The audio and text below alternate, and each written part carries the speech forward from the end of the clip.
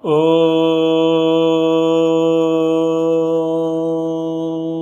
विश्वानि देव सवितर्दुरितानि परासुव यद्भद्रं तन्नयासुव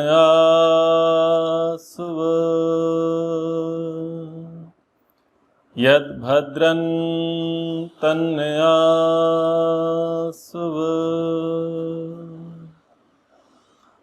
महाभारत अनुशासन पर्व।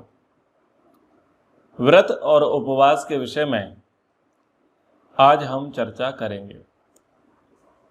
पूरी दुनिया में सर्वाधिक व्रत और उपवास की मान्यता, व्रत उपवासों की परंपरा, उनका अनुष्ठान केवल सनातन संस्कृति में ही होता है।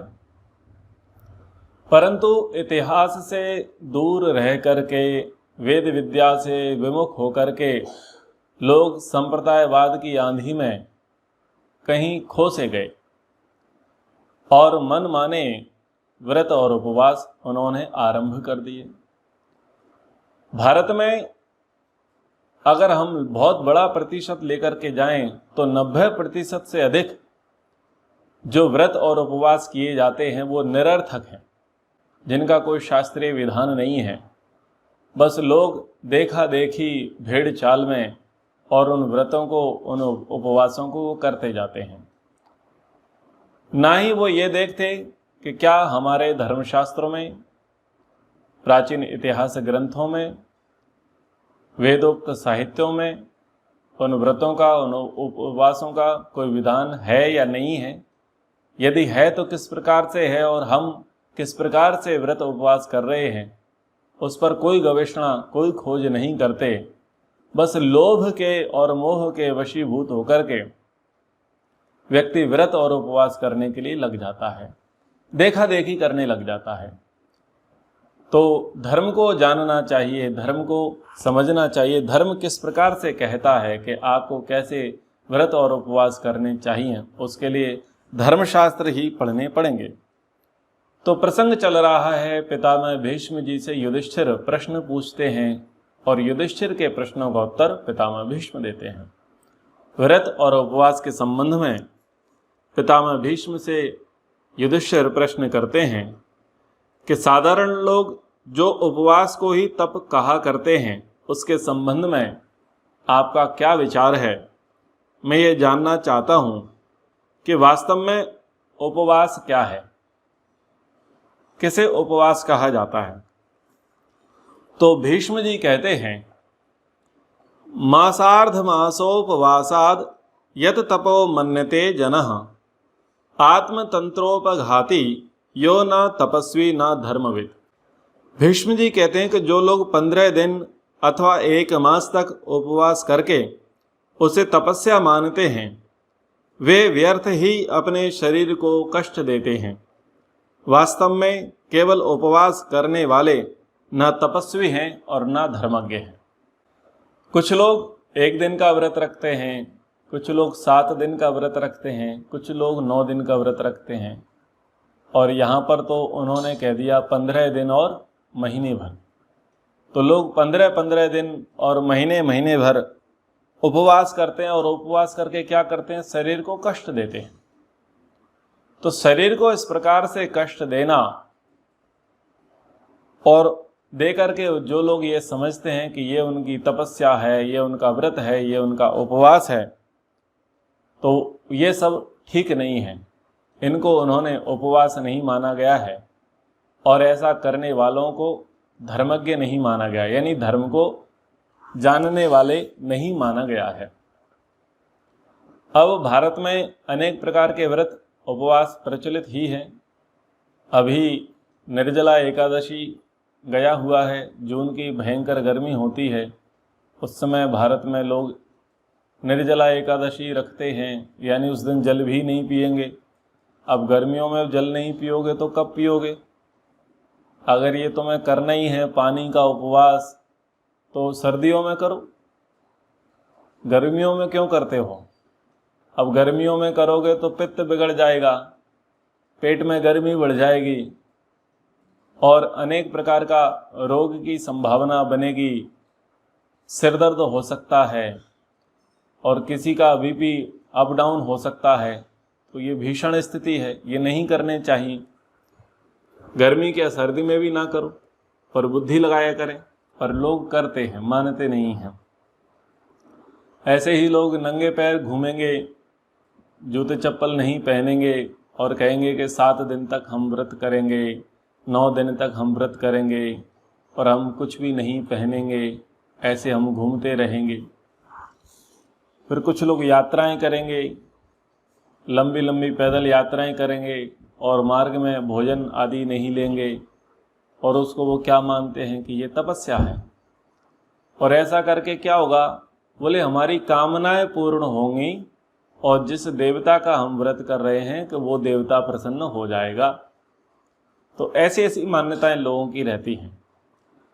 अब आप किसी देवता को बनाने के लिए, किसी कामना को करने के लिए कोई व्रत उपवास कर रहे हैं, क्या वो आपके व्यवहार को नहीं देखेगा? क्या वो आपके आचरण को नहीं देखेगा?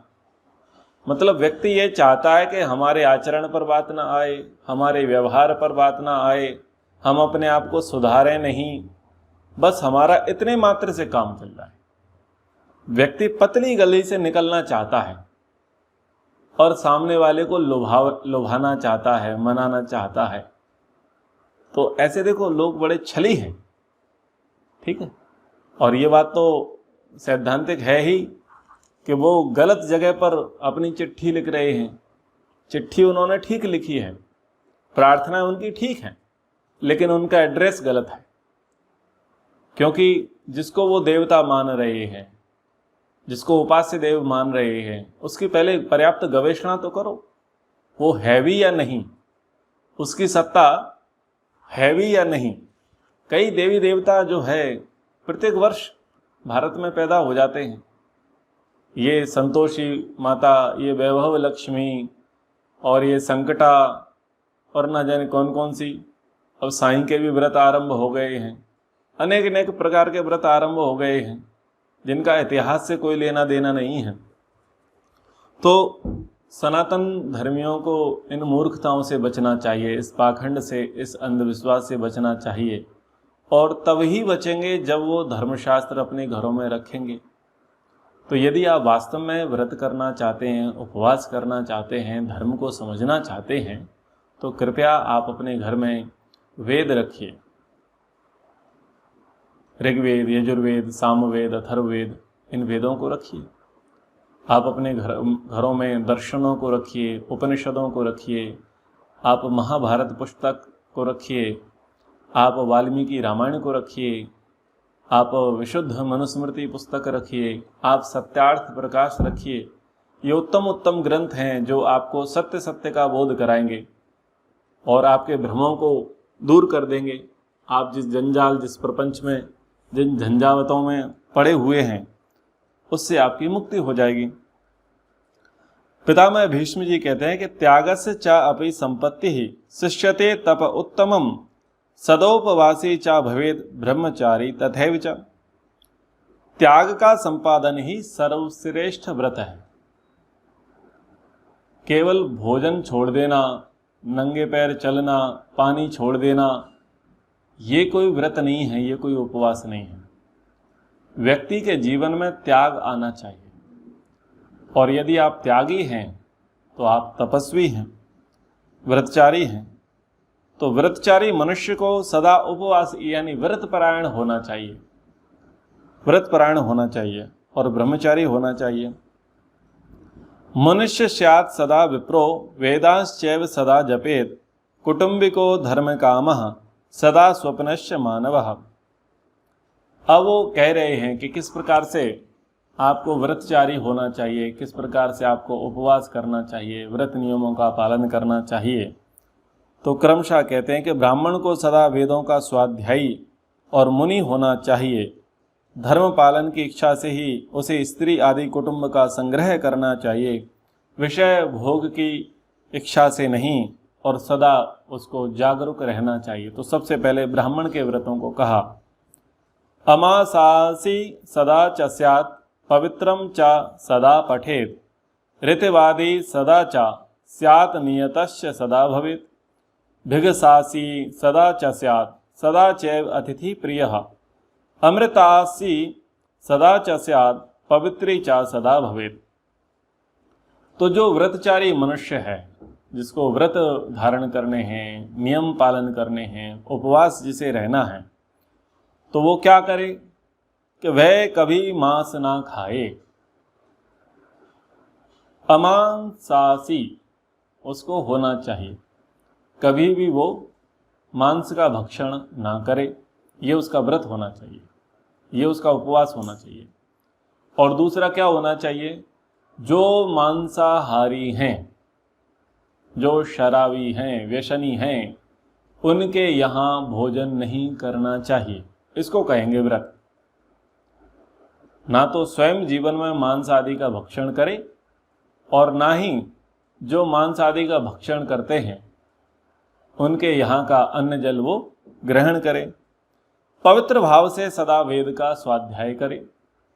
वेदों का स्वाध्याय पवित्र भाव से करना चाहिए, यानी स्वयं को पवित्र होना है, स्वयं को शुद्ध होना है, स्वयं को आगे बढ़ना है, स्वयं को उन्नति करनी है।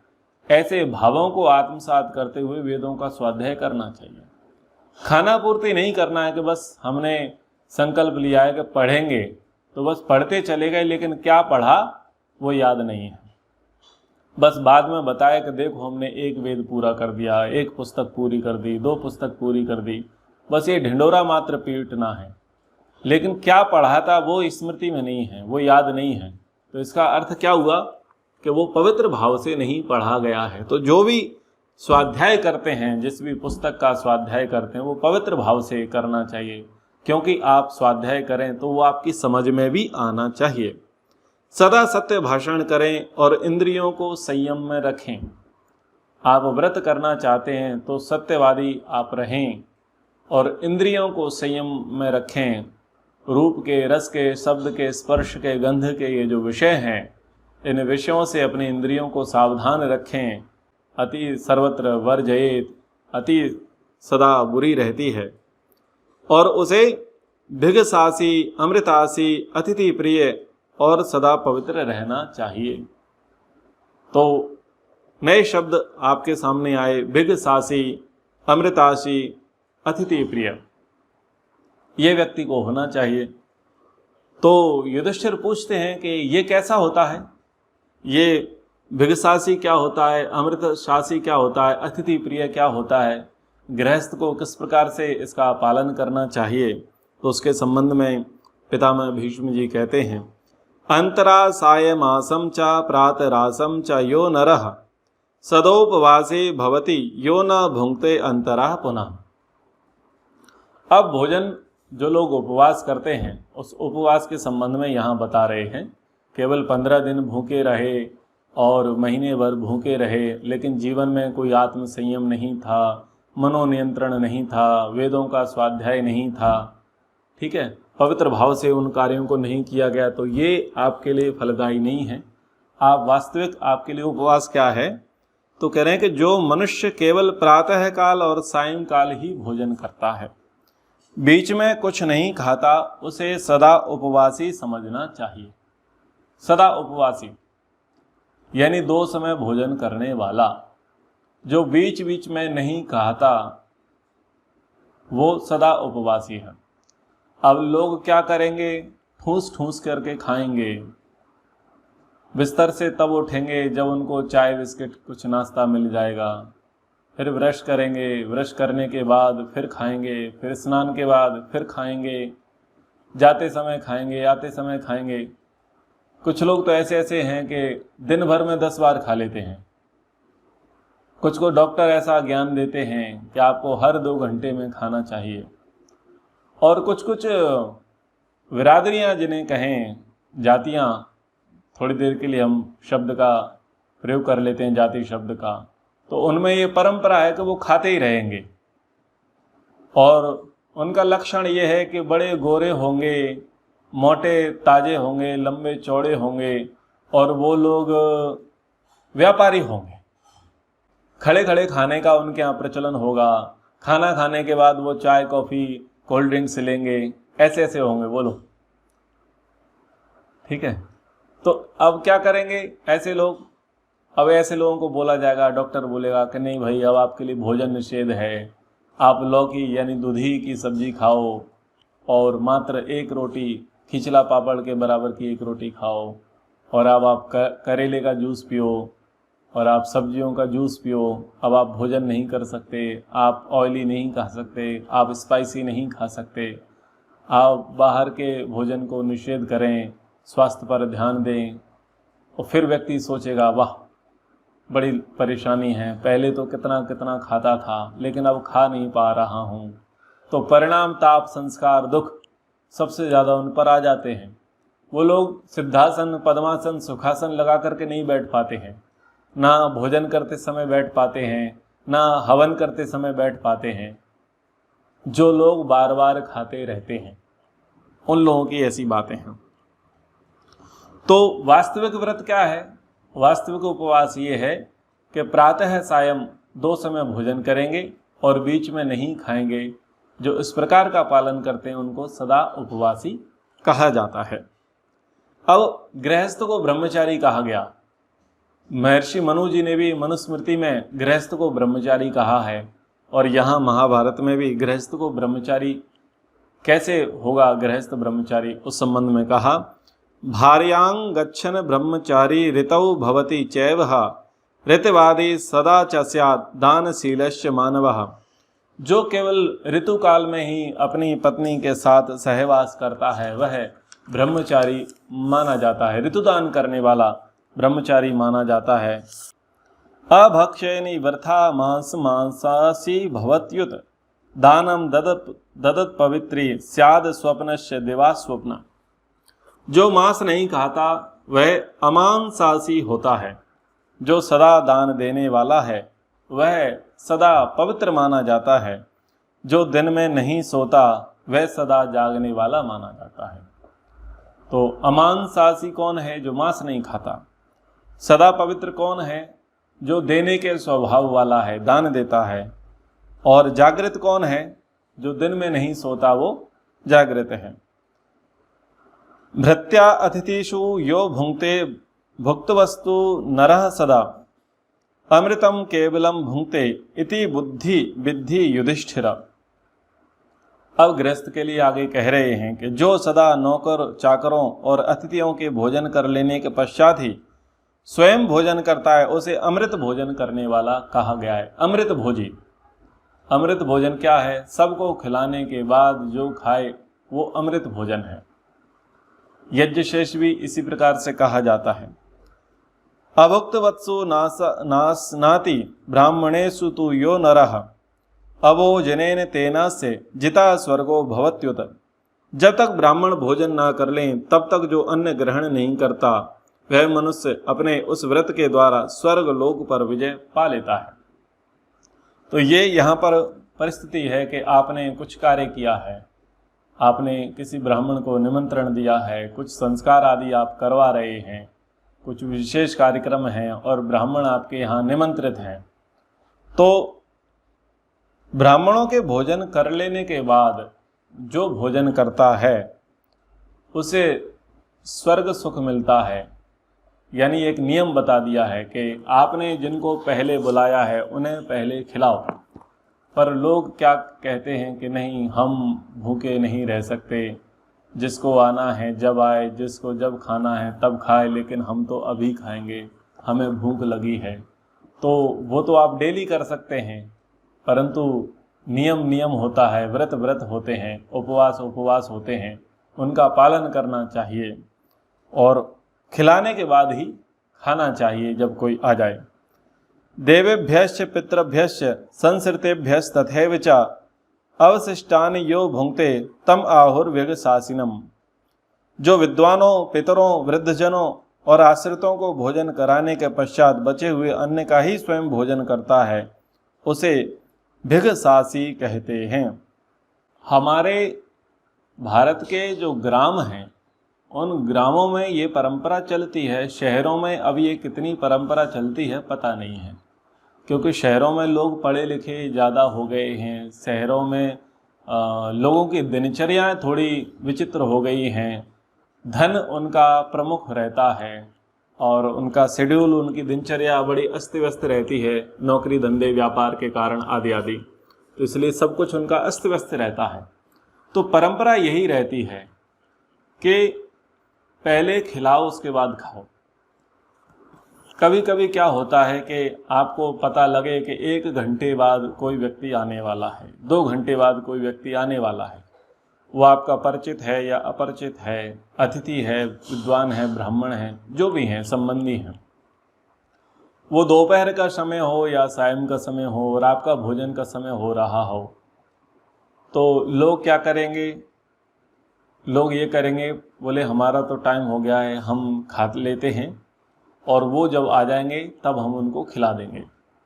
तो सोच करके देखिएगा कि आपने अपने समय पर खा लिया है और वो व्यक्ति 1 घंटे 1.5 घंटे बाद आया है और वो अकेला खा रहा है, तो उस अकेले खाने वाले के स्थान पर स्वयं को लेकर के आओ कि आप किसी के यहाँ जाओ और थोड़ा 1 घंटे लेट, 1.5 घंटे आप लेट पहुँचो और आप अकेले भोजन करो, तो आपको कैसा लगेगा? और दूसरी स्थिति क्या है कि सब लोगों ने कहा कि कोई बात नहीं, अब हम 1 घंटे 1.5 घंटे बाद ही भोजन करेंगे, वो जो आ रहे हैं मिलने वाले, परिचित अपरिचित जो भी आ रहे हैं, हम उनके साथ बैठ करके ही खाएंगे। तो सोचो कि अगर आप ऐसे हों और आप किसी के यहाँ पहुँचें और सब लोग आपका भोजन का इंतज़ार कर रहे हों और आपके साथ मिल कर के भोजन करें, तो बताओ आपको कैसा लगेगा? तो आपको इस दूसरी स्थिति में ज़्यादा अच्छा लगेगा कि जब सब लोग आपकी प्रतीक्षा कर रहे हों और आपके साथ सब लोग भोजन करें, वो आपके लिए अधिक आनंददायक रहेगा, ना कि ये कि आखिरी में आपके लिए थाली लगा करके रख दी है, भोजन बचा करके रख दिया है कि आप जब आओ अपनी सुविधा से खाते रहना। भोजन तो खा लिया जाता है, लेकिन बात वही है कि अनुकूलता कब ठीक है, उत्तम व्यवहार क्या ठीक है। तो यही होना चाहिए कि अतिथि हैं, वृद्धजन हैं, पितर हैं और ब्राह्मण आदि हैं, उन सबको पहले भोजन कराना चाहिए और बाद में भोजन करना चाहिए। देवता अतिथि भी सार्ध पितृभ्यश्च उपभुंजते रमंत्रे पुत्र पौत्रश्च तेषां गति अनुत्तमा। जो विद्वानों अतिथियों सहित पितरों, माता पिता, वृद्धजनों के लिए अन्न का भाग देकर स्वयं भोजन करते हैं, वे इस संसार में पुत्र पौत्रों के साथ रहकर आनंद भोगते हैं और मृत्यु के पश्चात परम गति को प्राप्त करते हैं। बताओ, भोजन पर इतना बल दिया गया है कि सबको खिलाने के बाद भोजन आप करना। ये महाभारतकार पागल तो नहीं होगा? क्योंकि आज के बुद्धिजीवी सोचेंगे अगर हम अपने टाइम पर भोजन कर लेंगे तो क्या बिगड़ जाएगा, भोजन तो सबको मिल ही रहा है ना, हम पहले खा लेंगे तो क्या बिगड़ जाएगा।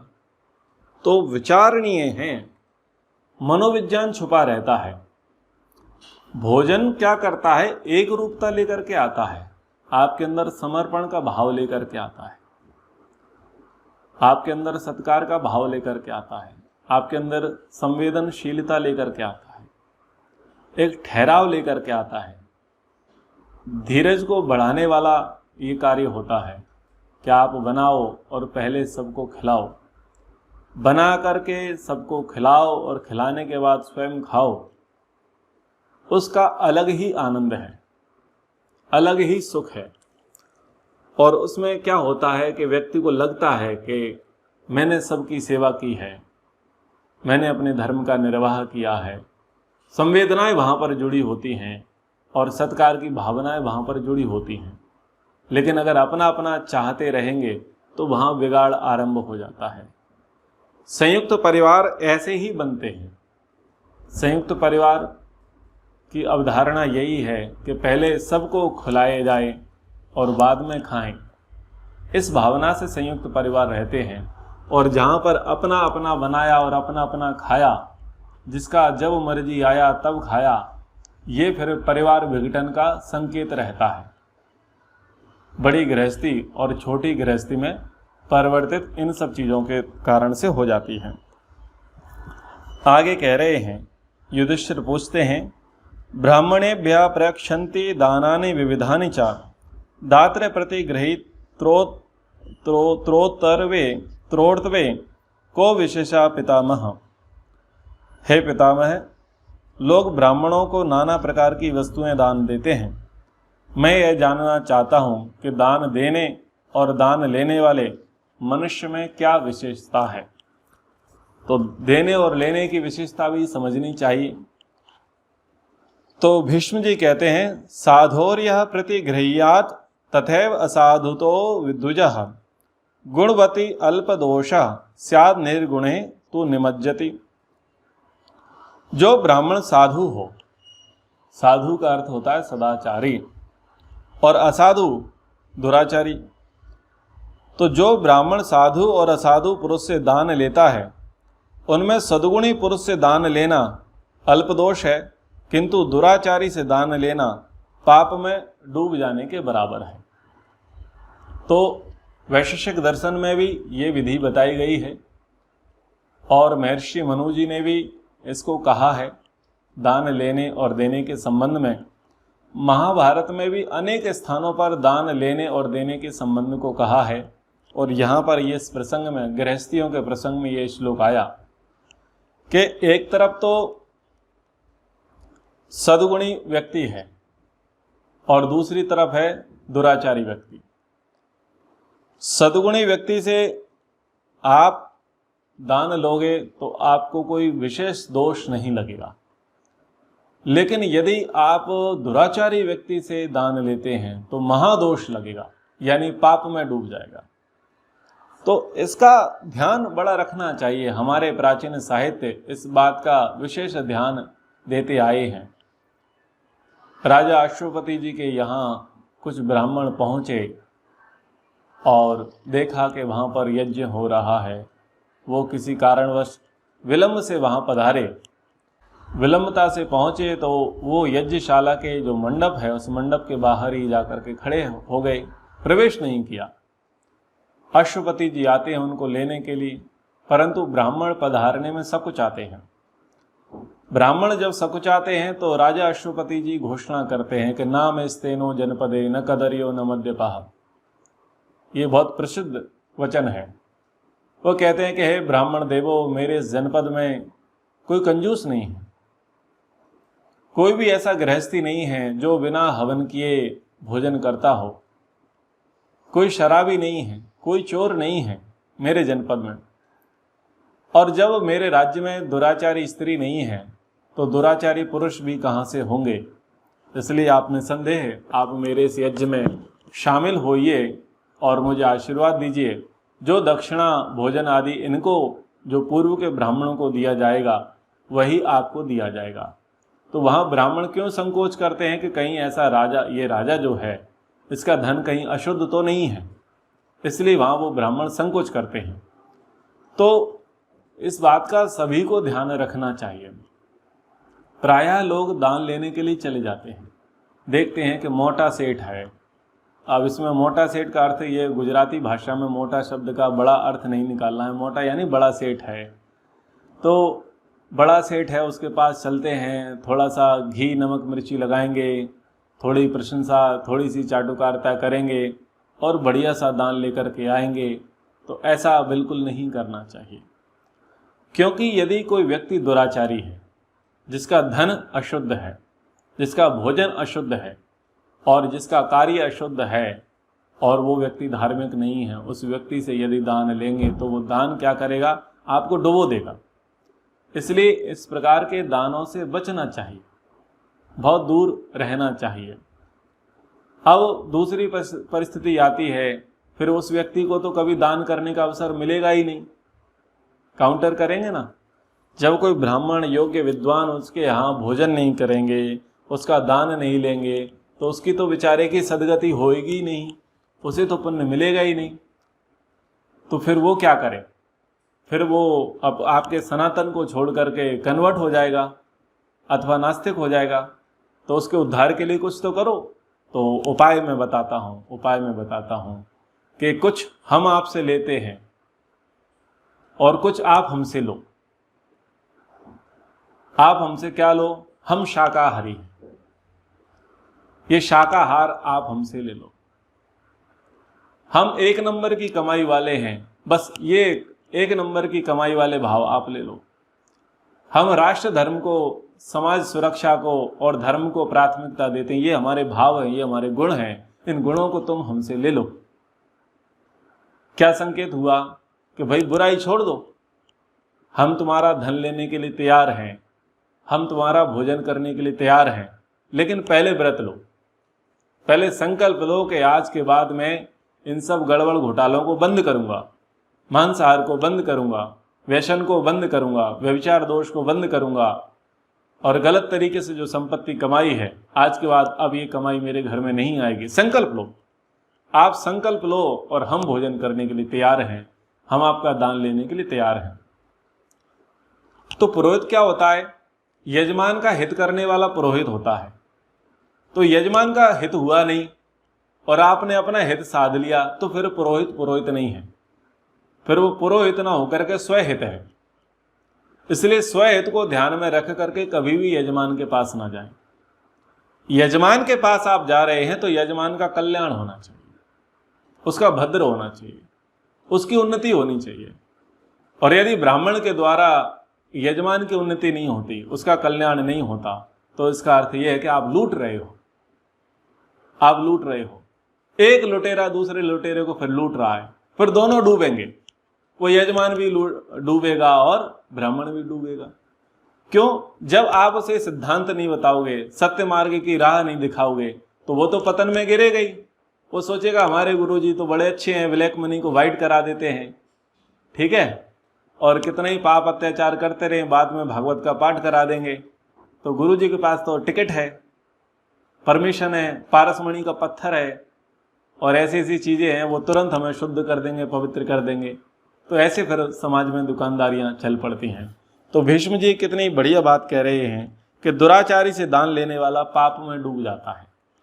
अगर आप दुराचारी व्यक्ति से दान लोगे तो उसके जो दुराचार हैं, उसकी जो बुराई है, उसके जो दोष हैं, वो सब आपके अंदर लग जाएंगे, फिर आपका सत्व जो है वो समाप्त हो जाएगा। तो गृहस्थियों को किस प्रकार से व्रत करना चाहिए, किस प्रकार से उपवास करना चाहिए, तो वो गृहस्थियों के लिए सामान्य नियम यहाँ पर बताए। ये नियम नए नहीं हैं, हमारे भारतीय समाज में इन नियमों को बहुत पीढ़ियों से माना जाता है, स्वीकारा जाता है, परंतु इस आधुनिकता की चकाचौंध में और ये लाड मैकाले के मानस पुत्रों की बुद्धियों ने क्या किया है, इस परंपरा को कह दिया कि ये तो रूढ़िवादिता है और अब तो मॉडर्न युग है, सिविलाइजेशन बढ़िया चल रहा है, और एंसेंट युग तो ऐसे ही था, टाइम पास था, बहुत डफर था, आज का युग बहुत अच्छा है। तो जो लाड मैकाले के मानस पुत्र हैं ये थोड़े भारी पड़ रहे हैं, तो इनको जूतों की माला पहनाने की आवश्यकता है। यानी जूते, यानी यहाँ पर बुद्धि से इनके जूते मारे जाएं, इनको समझाया जाए, और वो तभी संभव है कि जब धर्म शिक्षा दी जाए। धर्म शिक्षा सब समस्याओं का समाधान है। धर्म शिक्षा ये नहीं कहती कि आप तिलक लगा लो, आप चोटी रख लो और आप कोई पूजा पाठ करने लग जाओ, किसी मंदिर में चले जाओ, जय श्री राम का नारा लगाओ और कोई साफा, कोई गमछा आप अपने अंदर डाल लो, गले में डाल लो। ये कोई धर्म शिक्षा नहीं है। धर्म शिक्षा है आचरण शिक्षा, व्यवहार शिक्षा, जो आपको संस्कृति से जोड़ती है, जो आपको सभ्य बनाती है, वो धर्म शिक्षा है। उसकी सभी को आवश्यकता है। और वो धर्म शिक्षा कहाँ मिलेगी? वो अंग्रेजी में नहीं मिलेगी, वो पश्चिम में नहीं मिलेगी, वो पूर्व में मिलेगी, वो भारत में मिलेगी, वो भारतीयों के पास मिलेगी, वो ब्राह्मणों के पास मिलेगी, वो संस्कृत के पास मिलेगी। ठीक है, तो इस पर हठ दुराग्रह ना करें। हठ दुराग्रह करोगे तो जितना तुम्हारा भला होगा उससे भी बहुत बड़ा भला होगा, और फिर तुम सोचोगे कोई हमारा भला कर दे, इतना बड़ा भला होगा। ठीक है ना, तो आप ऐसे तितर बितर हो जाओगे। परिवार तो टूट ही चुके हैं और आप पैसे की धुन में बच्चों को पढ़ा रहे हैं, तो वो बच्चे अपनी परी को लेकर के फुर्र हो रहे हैं, तुम सड़ रहे हो धरे धरे, तो तुम्हारा कुछ ज़्यादा ही भला हो रहा है। परिवार बड़ा था लेकिन अब उंगलियों पर गिना नहीं जा रहा, ना आपके साथ खड़ा है, ना सुख में न दुख में खड़ा है। कोई इस राज्य में है, कोई उस राज्य में है, कोई इस देश में, कोई उस देश में, आप अकेले पड़े हो, आप अकेले पड़े हो। अब आप अकेले पड़े हो लेकिन साधक वृत्ति हो तो बताओ सोने पर सुहागा, लेकिन साधक वृत्ति फिर भी नहीं है। और इस काल मार्क्स के और लाड मैकाले के लाडलों के कारण से क्या हुआ, एक घर तितर बितर हो गया, घर तितर बितर हो गया। तो इससे बचना है, इससे बचना है। चलिए कक्षा को यहाँ पर विराम करते हैं। एक बार ओम का उच्चारण। ओ